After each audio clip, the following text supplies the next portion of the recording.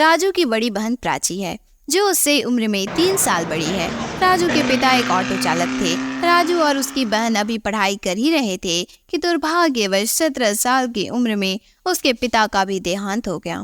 राजू के ऊपर उसके घर की सारी जिम्मेदारियां और बहन की शादी का बोझ उसी के ऊपर आ गया।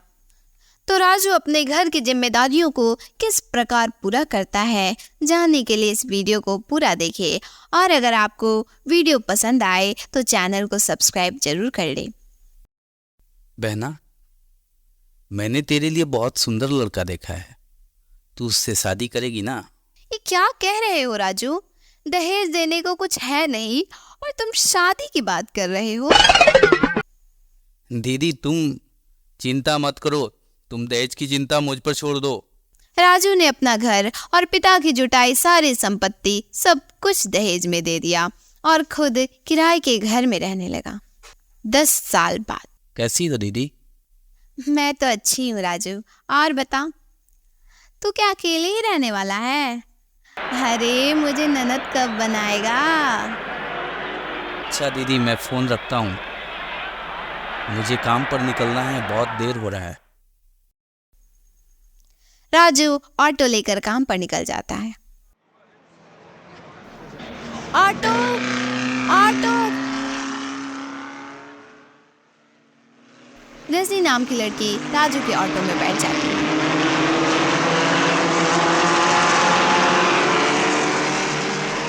बस भैया, यहीं रुक जाओ, मुझे यहीं उतरना है। रजनी जैसे पैसे देने के लिए अपना पर्स निकालती है, वैसे ही एक चोर उसका पर्स छीनकर भाग जाता है। चोर, चोर! अरे मेरा पर्स लेकर भाग गया। अरे कोई तो उसे पकड़ो, मेरा पर्स छीनकर ले गया।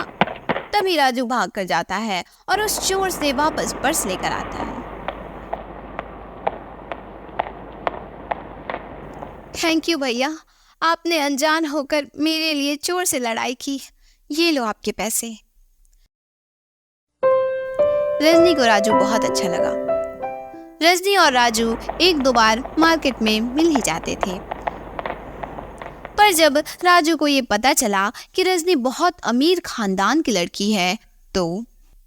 रजनी, तुम तो जानती ही हो कि मैं ऑटो रिक्शा चलाने वाला एक गरीब लड़का हूँ।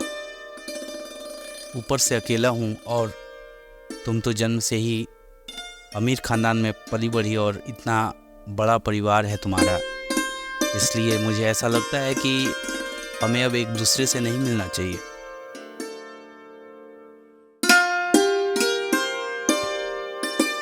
तुम ना मिलने की बात कर रहे हो, पर मैं तुम्हें बहुत पसंद करती हूँ राजू। मैं अपनी पूरी लाइफ तुम्हारे साथ मिलकर जीना चाहती हूँ।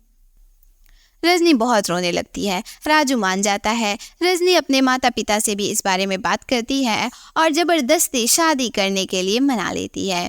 इधर राजू भी अपनी बहन से इस बारे में बात करता है और फिर दोनों की शादी हो जाती है। रजनी का स्वभाव बहुत अच्छा था। उसे इस बात से कोई फर्क नहीं पड़ता था कि उसका पति गरीब है। ना ही उसने कभी इस बात की किसी से शिकायत ही की।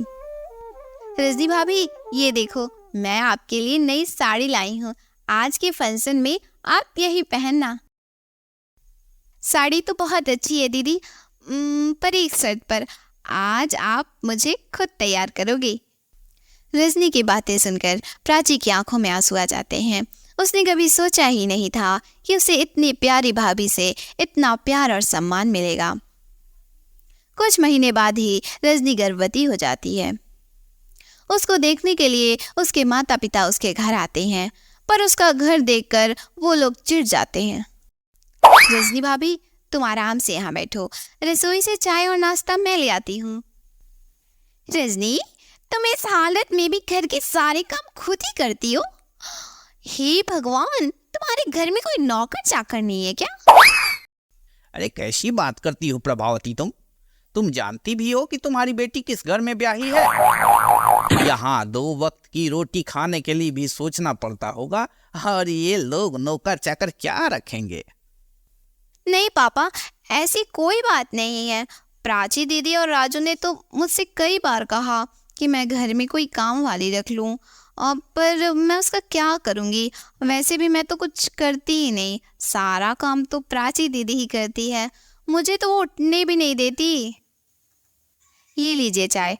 भाभी, आपको ये बर्गर बहुत पसंद है ना? मैं शॉप से ये भी खरीद लाई, लीजिए, अपनी मम्मी पापा को भी तो दीजिए।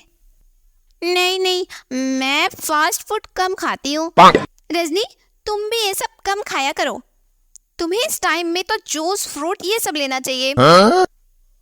प्राची, तुम तो ये सब जानती हो ना कि बर्गर वगैरह कितने नुकसानदायक होते हैं। मम्मी, आप मेरी टेंशन मत लो, प्राची दीदी मेरा पूरा ख्याल रखती हैं, वो मुझे समय पर जूस फ्रूट दूध दही सब्जियां और सब कुछ देती हैं। रजनी भाभी, मैंने डॉक्टर से बात कर ली है, कल शाम 4 बजे आपको मेरे साथ चलना है, तो आपका चेकअप हो जाएगा, और बाकी जो इंजेक्शन वगैरह। प्राची, किस डॉक्टर के बारे में तुम बात कर रही हो? हाँ जी, वो मदन चौक पर केडी हॉस्पिटल है ना, वही। वो सस्ता बेकार सा हॉस्पिटल?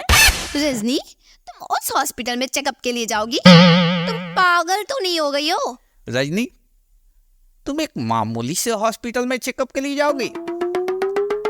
तुम चिंता मत करो, इन लोगों के पास अगर तुम्हारे इलाज के लिए पैसे नहीं है तो क्या हुआ, मैं तुम्हारे लिए इस शहर के सबसे बड़े नामी हॉस्पिटल में बात कर लेता हूँ, और तुम अभी के अभी अपना सामान पैक करो और हमारे साथ चलो। किसके घर पापा? आपके घर? मैं अभी अपना घर छोड़कर कहीं नहीं जा सकती। शायद आपने ठीक से सुना नहीं, मुझे कल प्राची दीदी के साथ डॉक्टर के पास जाना है। आप थोड़ी देर और यहाँ बैठेंगे या जा रहे हैं? क्योंकि अभी राजू आने वाला है, वो शहर में नया रेस्टोरेंट खुला है ना, वहाँ पर मेरा फेवरेट बर्गर मिलता है, तो आज हम लोग का वही खाने का प्लान है, तो हम सब वहीं जाने वाले हैं।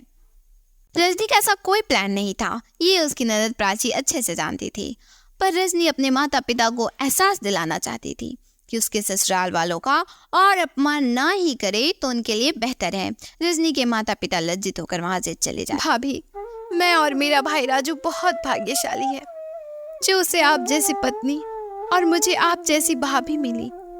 आप इतने अमीर खानदान में पली बड़ी, पर फिर भी आप में बिल्कुल घमंड नहीं। आप इतनी जल्दी हमसे इस तरह से घुल मिल जाएंगी, मैंने तो कभी सोचा ही नहीं था। सच में भाभी, आपने अपने माता पिता के सामने हमारी लाज रख ली। अरे ये आप क्या कह रही हैं दीदी? आप ऐसे क्यों बोल रही हैं? अरे आप ऐसे कहकर मुझे पराया कर रही हैं। नहीं नहीं भाभी, ऐसा मत बोलिए, आप तो सच ही हमारी हैं। मुझे तो इस बात का गर्व है कि आप जैसी भाभी की मैं ननद हूँ।